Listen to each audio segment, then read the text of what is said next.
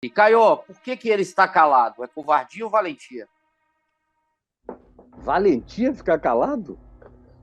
Valentia era chegar domingo à noite, às 8h30 da noite, convocar a mídia, telefonar antes para o Lula, parabenizar pela vitória, e aí chamar a mídia e dizer: eu estou aqui para reconhecer a vitória do meu oponente. Isso é coisa de homem.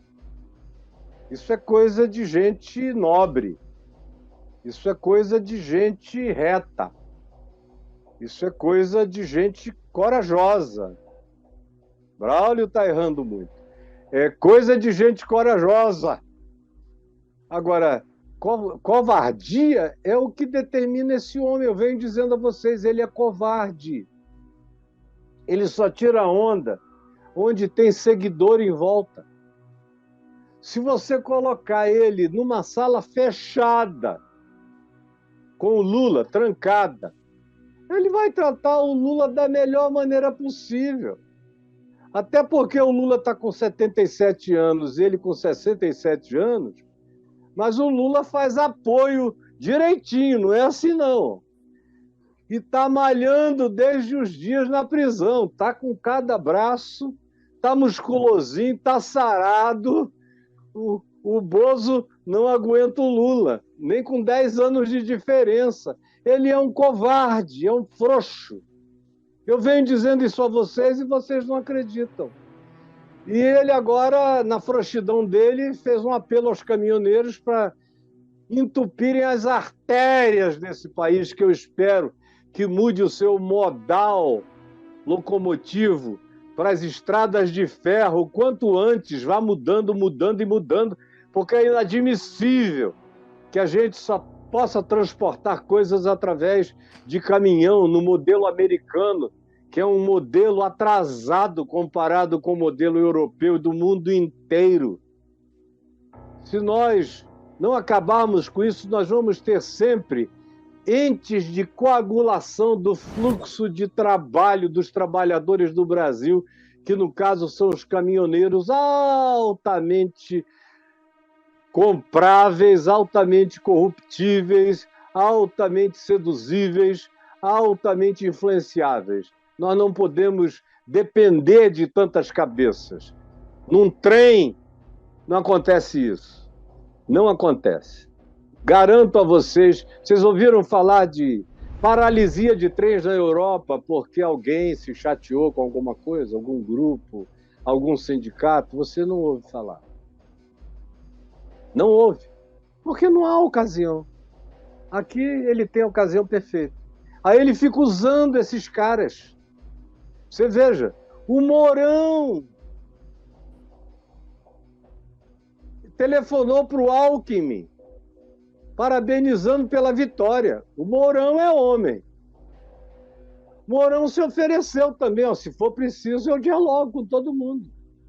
Agora o chefe da Casa Civil, que sempre foi um cara em cima do muro para lá e para cá, do Centrão, já se ofereceu para Gleisi Hoffmann para ajudar a transição, porque o Bolsonaro não vai ter a coragem, como todo presidente faz, de apresentar quem é o representante do lado dele para a transição e cumprimentar quem é o presidente do outro lado para a transição. Não vai fazer.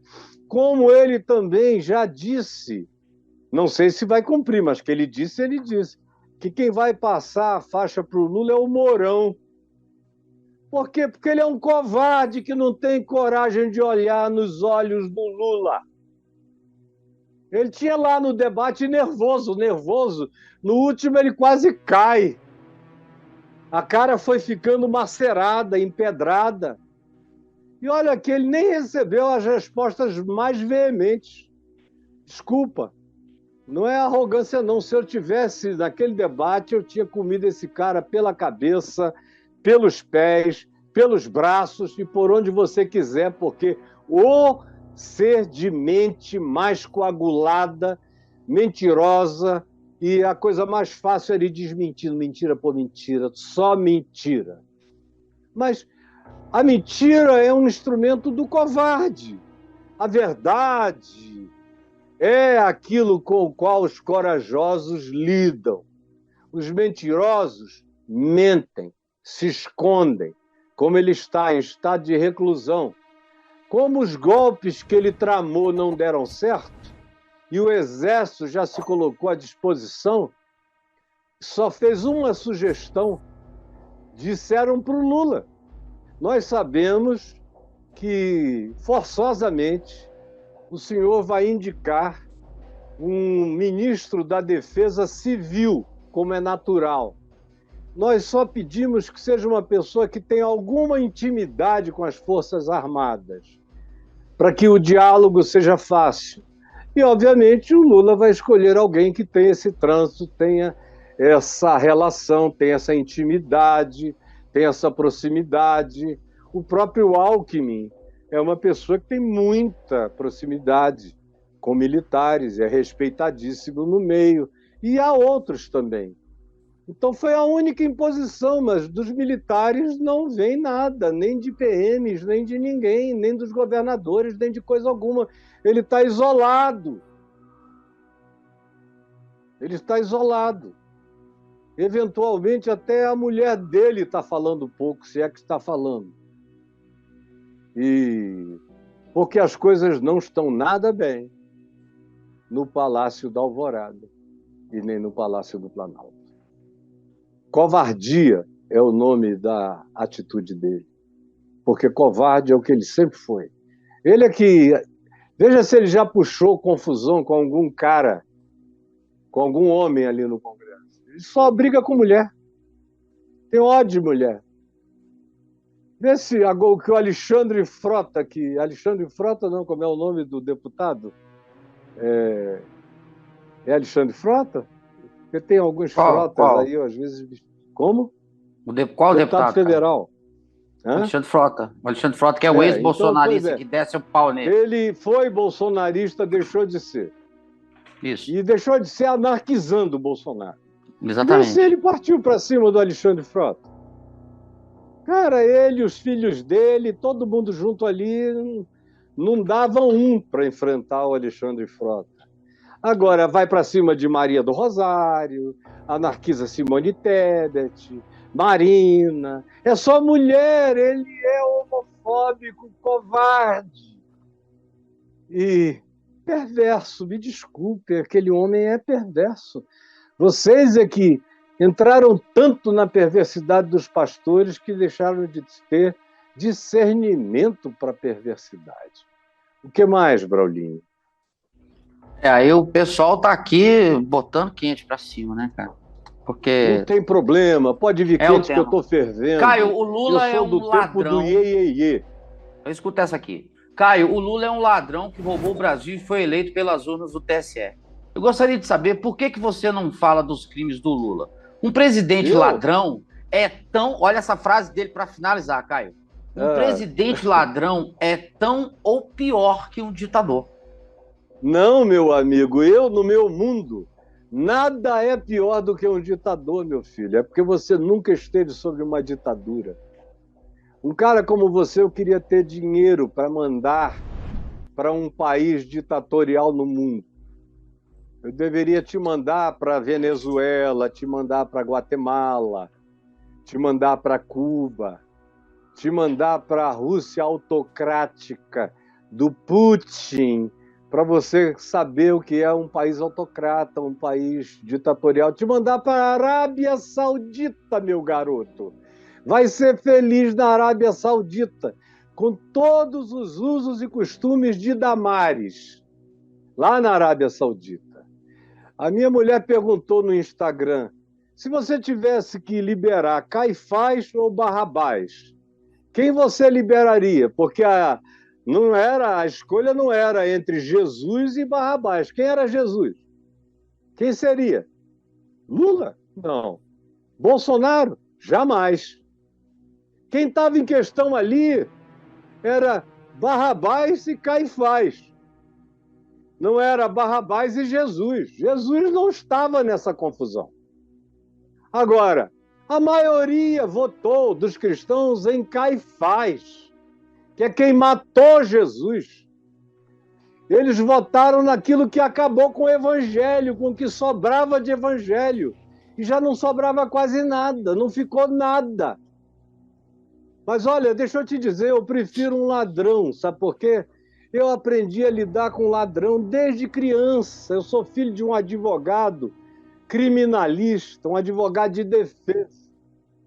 Eu aprendi a ver a diferença e as gradações. E aí, eu sempre disse aqui, está gravado, no Papo de Graça, tudo que eu digo está gravado. Eu nunca disse que o Lula tinha roubado, e eu disse, inclusive, para o Deltan Delagnol, lá em Curitiba. Falei, olha, o máximo que vocês terão do Lula é acusá-lo de ser leniente e deixar amigos mais ou menos livres para fazerem as coisas que queiram fazer, não ter um sistema de compliance como deveria ter. Você pode acusá-lo de gostar de fama, de popularidade, você pode acusá-lo de desejar ser uma figura mundial respeitada na terra inteira. Agora, no mais, eu convivi com ele 10 anos. O negócio dele não é grana, ele morava numa casa paupérrima a vida inteira. Ele, um pouco antes de ser eleito, mudou para um apartamentinho no qual eu estive algumas vezes, mínimo. E agora, depois, durante a campanha, para facilitar a vida, mudou para São Paulo, está num lugar mais central, mais próximo de aeroportos, do que São Bernardo do Campo, e ele vai passar a vida mais tempo agora aqui em Brasília. Agora, não acharam dinheiro no Lula, e o problema não é esse. Eu me levantei contra ele porque eu criei que ele faria o melhor governo da história do Brasil, como na realidade ele fez. E 90% daquilo que a gente possa chamar de governança. Ele foi, a meu ver, leniente ou descuidado, ou sem a devida precaução, ou fez ouvidos mocos para algumas denúncias. Esse foi o pecado do Lula. E foi isso que a gente já conversou. E eu sei que, por exemplo, a Marina também teve longas conversas com ele, porque ela está lá. Eu tenho falado aqui ao telefone, a gente tem se falado, eu tenho o número particular dele, a gente fala. Eu orei com ele antes do último debate. E, enfim, nós temos conversado. E a Marina é assertiva naquilo que fala. O pessoal vê a Marina magrinha, ela é, meu Deus, pau-brasil. Machado não afiado quebra, não entra. É um pau resiliente, forte. Ela falou tudo, e quando ela disse sim, é porque ela teve os compromissos de que seria de outro modo. Ele está mais do que vigilante. Deixa eu te dizer uma coisa. Eu conheci muitos encarcerados e eu aprendi a lidar com ladrão com 7 anos de idade, quando havia um ladrão roubando no escritório do meu pai, roubando máquinas, ventiladores, que eram únicos bens móveis caros no escritório naquele tempo, não havia nada, só máquinas de datilografar as melhores e muitos computadores de ferro grande, que eram caros. E o resto não tinha valor. E eu roubando, até que meu pai colocou vigias escondidos, não tinha câmera naquele tempo, e pegaram o ladrão. E eu fiz o meu pai me prometer que quando pegasse um ladrão, ele me levaria para eu saber como era um ladrão. Aí meu pai disse, olha só, meu filho, é como qualquer um. É como você. Você podia ser um menino ladrão, roubando coisas dos outros. Você pode crescer e com a tua cara ser um ladrão. Eu, que sou seu pai, a quem você ama, posso ser muito amado por você e ser um ladrão. Seus tios, que são pessoas maravilhosas, mas dentro de cada um deles ou de algum deles poderia haver um ladrão assentado à nossa mesa. Então não tem diferença, não está escrito na testa. Quando chegou essa hora dele ir para lá, porque ligaram dizendo, pegamos, está aqui, eu falei, então eu vou me vestir na hora, vamos, pai. Aí ele pensou, falou, talvez seja melhor você não ir. Mas eu falei, você me prometeu e você nunca descumpriu a sua palavra comigo. Porque esse era o nosso trato. Palavra dele para comigo, palavra minha para com ele. Coisa de homem, desde criança. E aí ele me levou. Mas lá na hora de subir, ele parece que pensou um pouco melhor e falou, não, meu filho, fica aqui, é melhor você não ir. Eu disse, não, pai, você tem palavra, não é? Aí ele olhou e falou, é claro, meu filho. Aí subiu, quando voltou de lá, ele veio assim, ó, lívido, lívido. Falei, meu Deus, porque eu nunca vi meu pai assim. Eu falei, pai, eu quero isso para ver o ladrão. Ele falou, não, esse ladrão você não vai ver. Eu falei, pai, eu preciso ver um ladrão. E ele disse, esse não. E eu falei, por que então, pai? Ele falou, porque ele é uma pessoa muito próxima. E eu não quero que ele passe a vida envergonhado com você. Porque você o ama. E ele te ama. E eu sei que o seu coração está preparado por mim para lidar com a condição humana. E roubar é uma condição humana. Não é desumano, é humano. Pode acontecer. E eu tenho te treinado para isso. Agora, ele não está treinado para ser visto por você como um ladrão. Aí eu chorei, insisti. Pai, você prometeu, você sabe que eu, seja quem seja, eu não vou mudar. Aí ele falou, você vai vê-lo, mas ele não vai te ver. E nós subimos e tinha uma fresta na porta.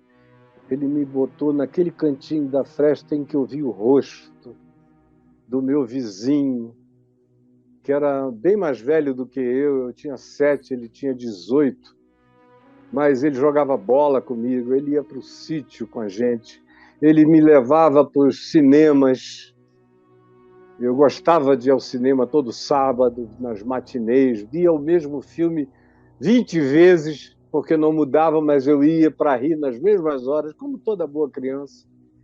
E me levava para ver o meu time, o Rio Negro, jogar todo domingo e às vezes quarta-feira. Era o meu companheiro. E eu desci com aquela angústia, aquela dor, aquela misericórdia dele, do pai dele, da mãe dele, dos irmãos dele. Entrei no carro, chorei baixinho.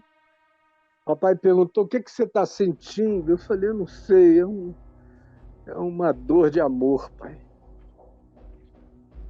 E olha, respondendo a você, meu filho, eu lidei com homicidas e homicidas. Houve homicidas que se arrependeram e que, em nome de Jesus, eu os absolvi, em nome de Jesus, como João mandou fazer, na primeira epístola de João, no capítulo 5. Ele matou gente, mas estava ali morrendo de desespero, querendo se matar, de angústia. E não era remorso, era angústia desesperadora. E eu botei a mão sobre ele, depois de ver o cara virar rato de tanta dor e sofrimento, e falei, eu te perdoo em nome de Jesus, que perdoou alguém que era malfeitor, de todo tipo de malfeito, e disse a ele que estava arrependido, hoje mesmo tu estarás comigo no paraíso. Levanta daqui e que sejam e estão já perdoados e limpos e pagos todos os teus pecados. Até hoje esse homem está andando nas nuvens. Agora já tem alguns anos que eu não o vejo, mas a última vez que eu o encontrei, eu estava pregando, e ele com aqueles olhos... Tem uns 20 anos a última vez que eu vi, num grande auditório no Rio, ele lavado de lágrimas. E essa ocorrência foi no início da década de 90.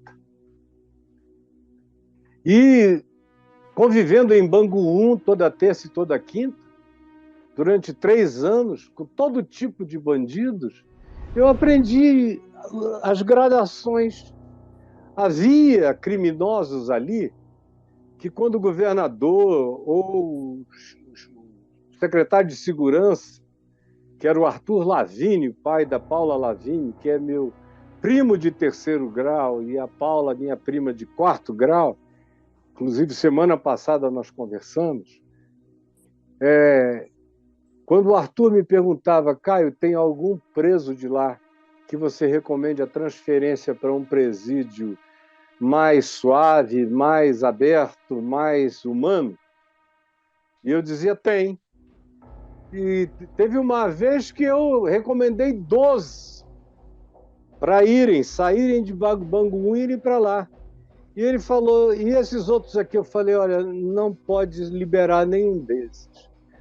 Porque tem gente aí que, se sair no mesmo dia, mata, no mesmo dia rouba, no mesmo dia latrocina. Então, não. Desculpa, meu filho. Nem o Lula é ladrão. Se você quiser botar uma pecha, diga foi conivente, foi leniente, fez vista grossa, fez corpo mole. Mas eu creio, como um visitante de prisão, que quando um cara entra numa prisão e fica ali 2 anos olhando para o telhado, para o teto, pensando, lendo, ou o coração dele se enche de ódio e amargura para sempre. E é fácil ver quando isso acontece, para mim, pelo menos, é tão claro quanto a luz do sol. E é fácil ver quando o cara volta com o coração mudado, arrependido, querendo fazer um monte de coisas diferentes, com uma quantidade enorme de novos critérios para serem adotados para que ele nunca mais tropece naquilo, e é o caso dele. Ele disse, eu me sentia um morto em vida. Disse na Avenida Paulista, e hoje eu estou aqui como alguém que foi ressuscitado de entre os mortos. E eu não posso perder essa oportunidade de fazer o melhor. E quando ele diz o melhor, ele não está falando de governança. Governança, ninguém nega que ele foi o melhor presidente que o país já teve, provavelmente. Foi o tempo de maior prosperidade. Agora, ele está certamente aludindo aos padrões, aos protocolos, aos estabelecimentos de referências de compliance, a um monte de outras coisas. Ele aprendeu, e aprendeu muito. Ele é um cara muito inteligente, diferentemente do Bozo, que não aprende nem na boca do inferno. O cara introjeta uma lição e carrega na mesma perspectiva o tempo todo. Agora, você, para mim, fez a pior de todas as declarações. Um cara que diz que prefere um ditador do que um ladrão, sendo que o Lula não é um ladrão. E ele não tem como ser enquadrado como ladrão juridicamente. Quem me falou isso foi o Deltan Delagnol, no dia que me chamou para ir lá visitar a Lava Jato. No final de um dia inteiro e muitas conversas, eu ia entrando no meu Uber, eu voltei, virei para ele e falei, escuta, gente, eu não te perguntei isso. Vocês, nessa história toda, já pegaram um monte de gente, e era verdade, tanto é que o dinheiro foi devolvido na Petrobras, no mundo político, e não foi só do PT, foi PP, uma quantidade enorme de partidos que estavam no Mensalão e no Petrolão, e a culpa estava espalhada ali no Congresso todo, muita gente foi para a cadeia, muita gente devolveu dinheiro, havia os G10 lá, o Gidel e o irmão com aqueles 50 e tantos milhões em cash num apartamento para isso. Coisas assim extraordinárias como comprar 51 apartamentos em cash, que é outra coisa totalmente incomum, não é? Mas eu perguntei ao Deltan, vocês vão levar o Lula na mesma direção? Ele falou, não, o Lula não tem como ser preso. Ele me falou, eu falei, não tem não, pelo triplex não justifica nada disso.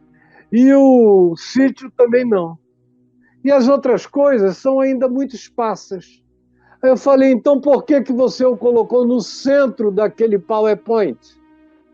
Aí ele falou, porque todo mundo só pode ter feito isso tudo se ele tiver consentido.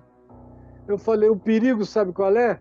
É que ele pode ter até virado de costas, mas você nunca vai encontrar uma ordem dele para ninguém ter feito isso.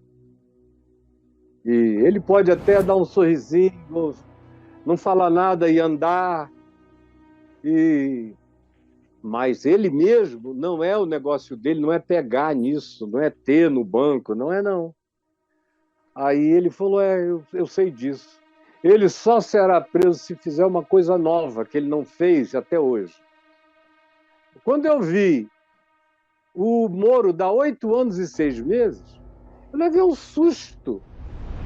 E eu não liguei para o Deltan para perguntar, porque eu achei que não era ético, já que ele estava tão alinhado com o Moro. Aí depois eu vi uma declaração dele dizendo, não, certamente o juiz Moro deve ter feito o julgamento certo, é da competência dele, não é nossa avaliar. Aí quando, no Rio Grande do Sul, aquela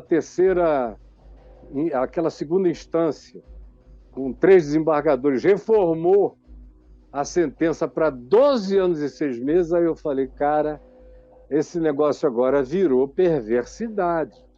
Me lembro do Braulio me perguntando o que seria o que de pior poderiam fazer ao Lula. O que você acha? Você acha que ele vai preso?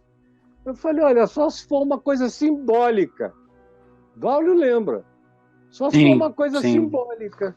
Se for tipo assim, serviço comunitário, aí vão condená-lo a ser ele mesmo, não é?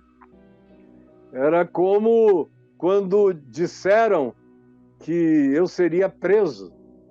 E aí eu falei, bom, que me condenariam a 4 anos de prisão, que não dá prisão, só dá, se você é réu primário, só dá coisas muito leves e simbólicas. E era o que no máximo eu imaginaria. No meu caso, nem isso, porque eles não quiseram vir, e eu só fui até a Papuda porque eu não tinha advogado, eu fiquei sem advogado, não advogaram causa nenhuma minha durante 21 anos. Eu fui por absoluta falta de ação jurídica. Tanto é que a Polícia Federal, um dos agentes que vieram aqui, me disseram, nós estamos há 3 meses sem vir, e viemos tirando no palitinho, e o que me entregou a ordem judicial estava chorando. E eu entrei na Federal com gente se negando a preencher a minha ficha, chorando. No IML não quiseram que eu tirasse a roupa. Não, nós não queremos ver a sua nudez, você é um homem de Deus. Em todo lugar que eu cheguei, era carcereiro chorando, era gente me pedindo oração. Eu entrei no setor onde eu ia ficar, lá dos políticos e dos idosos. Foi lá que me colocaram, dos vulneráveis, é como chama. Lá dentro já foi entrando e aquela multidão de apenados, ora por mim, ora por mim. Eu fiquei pregando 3 noites e 4 dias lá dentro. Agora, você vai me julgar? Quem é o Bolsonaro que pode me chamar de ex-presidiário? Eu arrombo a mente dele, porque eu não ia fazer violência. Mas como a mente dele e a mente de um peixe não tem memória nenhuma, reflexão, Meu Deus, ele é um cara que chegar comigo, eu engulo o Bolsonaro vivo. A cabeça dele ia ser devorada. Ele não tem condição, como a maioria dos seguidores dele não pensam. Quem prefere um Nero, um Calígula, um perseguidor, um ditador, um Hitler, do que eleger alguém que fosse um ladrão, não é o caso. Ele está absolvido em todas as instâncias. E não se comprovou nenhuma materialidade contra ele. Então acabou esse assunto. Você pode ser processado por isso. E ficar chamando alguém a quem a justiça absolveu de ladrão, faz isso publicamente que você vai acabar sendo enquadrado na legislação. Agora, veja bem, quem faz uma escolha como você está com a mente coagulada, meu filho. Está com uma mente pedrada. É por isso que o nazismo e o fascismo brotam. É por gente com a tua alma, com o teu espírito, que prefere entregar a liberdade, sob a alegação de que o ditador não é ladrão. Mas, no caso, o teu ditador é ladrão. É ladrão de rachadinhas, ele já estava nessa, foi ele que ensinou os meninos e as esposas a fazerem. É ladrão de ajuntamento e de sonegação de imposto, como ele disse. Eu, se puder, sonego todos os impostos. Ele disse, falou claramente, e sonegou. Para ter dinheiro para comprar 100 e tantos imóveis com salário de deputado federal, mesmo que somasse o dos filhos que entraram só há pouco tempo no negócio para valer, tem agora. O Carluxo já está mais tempo como vereador, mas nesse nível de salário, de remuneração política, foi de 4 anos para cá que o caldo engrossou.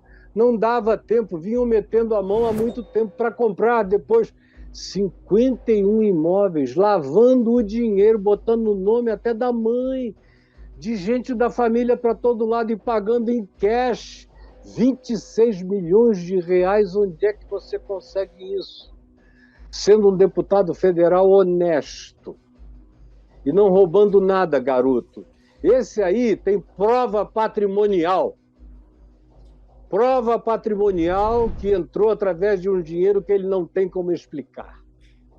E ele vai ter que explicar. Os 100 anos de sigilo vão ser removidos de tudo. E aí você vai ver como o seu ditador, além de ditador, era ladrão, quanto mais comprovado, dissimulado e mentiroso. E isso é a justiça que vai provar. Não é ele que vem para mim. Ele pode vir sobre mim porque eu vivo com as consequências de cada palavra que eu digo, diferentemente de vocês e dele, que se esconde. Eu estou aqui, estive aqui a vida inteira, com a cara de fora, e nunca tive vergonha de nada, porque eu não me envergonho de mim no Evangelho. Eu vivo o Evangelho, eu pratico o Evangelho, eu sou do Evangelho. Eu tenho uma cara de diamante que Deus me deu para furar a pederneira dessa casa perversa, que é a casa de Israel, como Deus disse a Ezequiel. Você já me viu encolhido em algum lugar? Nem verá, meu filho. Eu vou morrer, olha, de olho bem aberto. E a minha voz vai ficar ecoando, gerações nesse país. Depois que eu for, vai ser pior ainda. Porque aí os teus netos vão dizer como é que viveu no meio de vocês um homem de Deus, um profeta de Deus, andando com Deus no Evangelho, e vocês conseguiram dar as costas. Vocês serão julgados pela história e pelo Senhor da vida. Prestem atenção nisso. E aí, Braulio? Acabou. Não é possível, é mesmo, né? É mesmo. 2h10. Acabou. Amanhã a gente volta com mais histórias. E hoje é terça, né? É terça. Tá só começando, Caio Fábio. Semana vai ser bombástica. 1º de novembro, aniversário da minha princesinha, da minha marrequinha, Helena. Eita! Minha netinha mais velha, que está ali embaixo, no quarto dela trabalhando. Que lindo. E muito linda ela. E hoje à noite vamos nos reunir. E pena que só uma avó não vai estar aqui, a avó Luzanira, que é avó por parte de mãe. Mas está aqui a Aldinha, minha ex-mulher, que é mãe do Davi, e a Adriana, que foi vó dela desde que ela nasceu. Ela nunca teve uma consciência de si mesma sem ver o rosto da Adriana na frente dela o tempo todo. E eu sei que eu e a Adriana tivemos um papel enorme na criação, né, dela, na pessoa que ela se tornou e no espírito que ela tem, na inteligência que ela carrega. E é por isso que a Adriana é vó verdadeira mesmo. Então hoje estaremos lá com duas avós, a vovó Aldinha e a vovó Adriana, e o vovô Caio.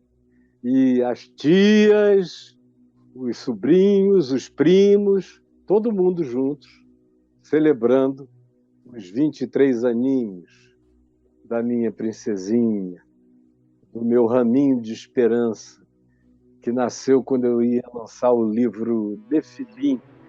Eu dediquei a ela, a Helena, ramo de esperança da minha alma, que me ajuda a olhar para o futuro e crer que nem tudo está perdido. Como também enterrado vivo, o Senhor me ressuscitou da morte. Em nome de Jesus. Amém, amém. Que Deus nos abençoe. Bye, bye, planeta Terra.